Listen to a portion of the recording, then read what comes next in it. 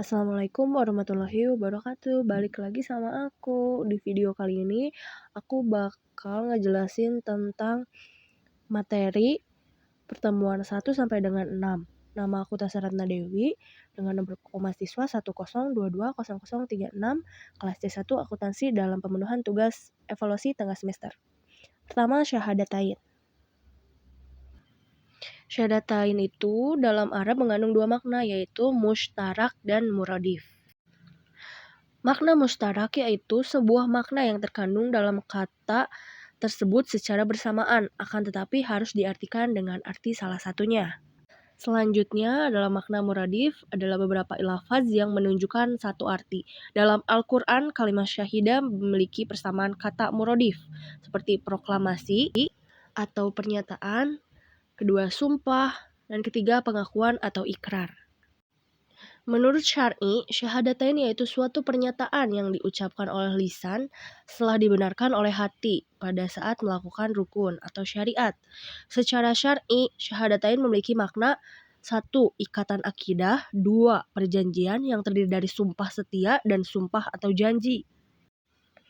Kelompok yang memenuhi sumpah atau janji disebut dengan mutakin, mukminin, musholin, dan ulul albab. Kelompok orang yang melanggar sumpah atau janji adalah disebut dengan orang-orang kafir dan orang-orang fasik. Materi kedua, kedudukan syahadatain dalam syariat Islam.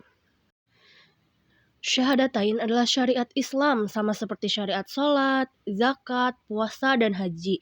Syariat itu adalah suatu amal yang harus dikerjakan atau disebut juga amal jawarih. Kedudukan dua kalimat syahadat dalam syariat Islam merupakan prinsip dasar yang menjadikan penentu keabsahan dan diterimanya atau tidak amalun. Kedudukan syahadatain. Rukun pertama dalam rukun Islam, perwujudan al-wala dan al-bara, tujuan akhir dari proses dakwah, akar atau pohon dalam Islam, pondasi bangunan Islam, serta penjaga hati. Materi ketiga adalah syahadatain dalam proses kehidupan manusia. 4 tahapan proses kehidupan, yaitu manusia adalah makhluk Allah yang mengalami 4 tahapan proses kehidupan, yaitu 2 kali mati dan 2 kali hidup. Tahapan pertama disebut kematian pertama, karena ruh dan jasad belum bersatu. Jasad dalam bentuk janin masih dalam proses, sedangkan ruh masih di alam arwah. Tahapan kedua, Allah menciptakan Adam dari segenggam tanah dari semua jenis tanah. Anak cucu Adam sendiri diciptakan sesuai dari kadar tanah yang menjadi bahan ciptaannya. Hadis riwayat Abu Daud, Al-Tirmizi, dan Ahmad. Tahapan ketiga, kematian kedua, yakni tiap-tiap yang bernyawa akan merasakan mati. Sebelum mengalami tahapan kehidupan yang kedua, manusia akan mengalami hari kebangkitan, hari perhitungan, serta hari pembalasan. Iman berasal dari kata amana, artinya percaya atau menerima. Lawan katanya adalah kafara, artinya menolak atau menutupi. Mukmin adalah orang yang percaya atau menerima kebenaran. Mukminin adalah kumpulan orang yang beriman. Kafir adalah orang yang menolak atau menutupi diri. Dan kafirin adalah kumpulan orang yang menolak kebenaran. Rukun iman ada 6. Yang pertama, iman kepada Allah Subhanahu wa Ta'ala. Kedua, iman kepada malaikat Allah. Ketiga, iman kepada kitab Allah. Keempat, iman kepada Rasulullah. 5, iman kepada hari akhir. Dan 6, iman kepada takdir Allah. Rukun Islam ada 5. Yang pertama, syahadat. 2, sholat. 3, zakat. 4, puasa. 5, naik haji. Selanjutnya adalah hubungan rukun iman dan rukun Islam. Iman akan terwujud apabila dengan melaksanakan rukun Islam. Iman tanpa Islam tidak bermakna apa-apa. Surga hanya diberikan Allah kepada orang-orang yang beriman dan beramal soleh. Materi selanjutnya, fungsi syahadatain.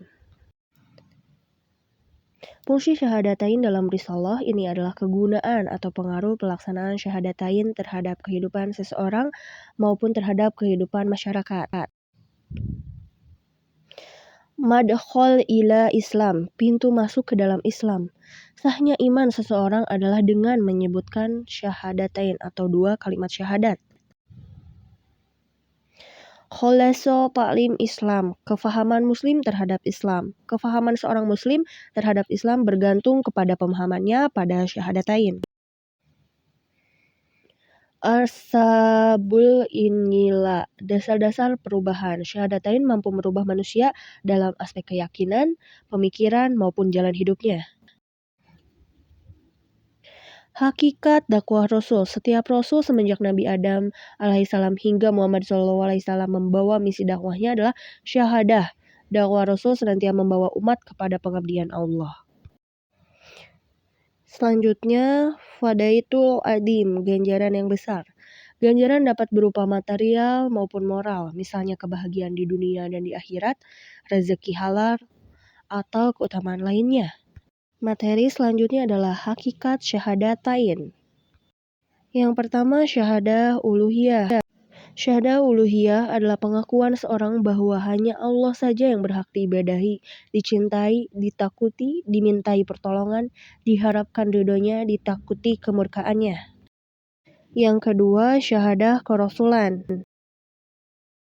Pengakuan terhadap kerasulan Nabi Muhammad SAW.